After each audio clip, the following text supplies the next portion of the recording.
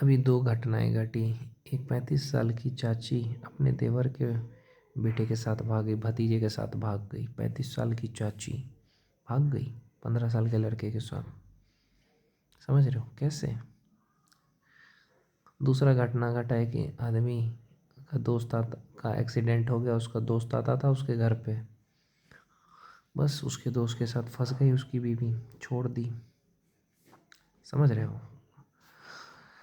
मैंने एक crime petrol में देखा था कि एक आदमी विदेश में काम कर रहा था, वो अचानक घर आता है, देखता है उसकी बीवी किसी के साथ है।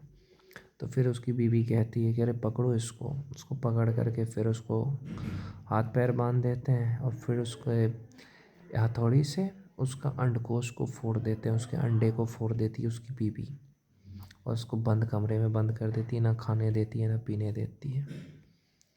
फिर कुछ दिन के बाद उस लड़के का माँ बाप आता है, तो कहती है कि नहीं पता कहाँ गया नहीं गया, और वो उसको हिजड़ा बना देती है अपने ही पति को। किसके कहने पे?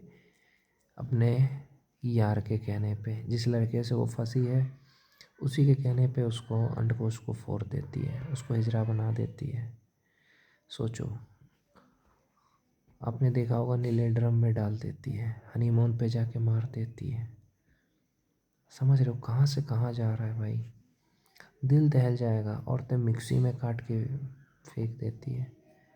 फिर भी लोग कहते हैं हम शादी करेंगे। लव मैरिज हो चाहे अरेंज मैरिज हो, लव मैरिज है, भाग के शादी किए। अब वो बाहर कभी निकली नहीं थी, अलग अलग लड़के को देखेगी, फिर उसको किसी के साथ हो जाएगा प्यार, फिर तुम्हें भी हटा देगी ज़िंदगी से। इसलिए आज के ज़माने में बच के रहो भाई, शादी और प्यार दोनों से बच के रहो। बहुत मुश्किल ज़माना है भाई। लड़कियां औरतें हफ्सी हो गई है, उनके अंदर इतना हवस आ गया पूछो मत।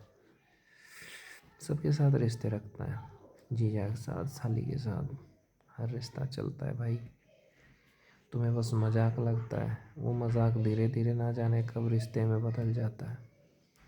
बहुत ख़राब ज़माना चल रहा है मेरे भाई, बहुत ख़राब। कोई भी रिश्ता सही नहीं है, सब में मिलावट हो गया आजकल, सब में घोप घोप हो रहा है।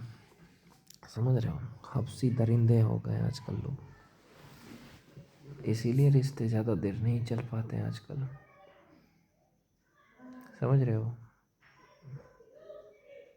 अगर पति बोल दे कि ऐसा इससे बात मत करना, तो वही पति उसके लिए दुश्मन हो जाता है। अरे मेरा जीजा जी तो बहुत अच्छा आदमी है, तुम उसके बारे में ऐसे कैसे बोल सकते हो? अरे देवर जी तो बहुत बढ़िया आदमी है, तुम उसके बारे में ऐसे कैसे बोल सकते हो? पता भी नहीं चलेगा कब उसका उसके जीजा के साथ या देवर के साथ फंस जाती है, पता भी नहीं चलेगा। तुम्हारे दोस्त के साथ फंस जाएगी, पता भी नहीं चलेगा कि ऑफिस में फंस जाएगी, जिम में फंस जाएगी। तो संभल के रहो भाई।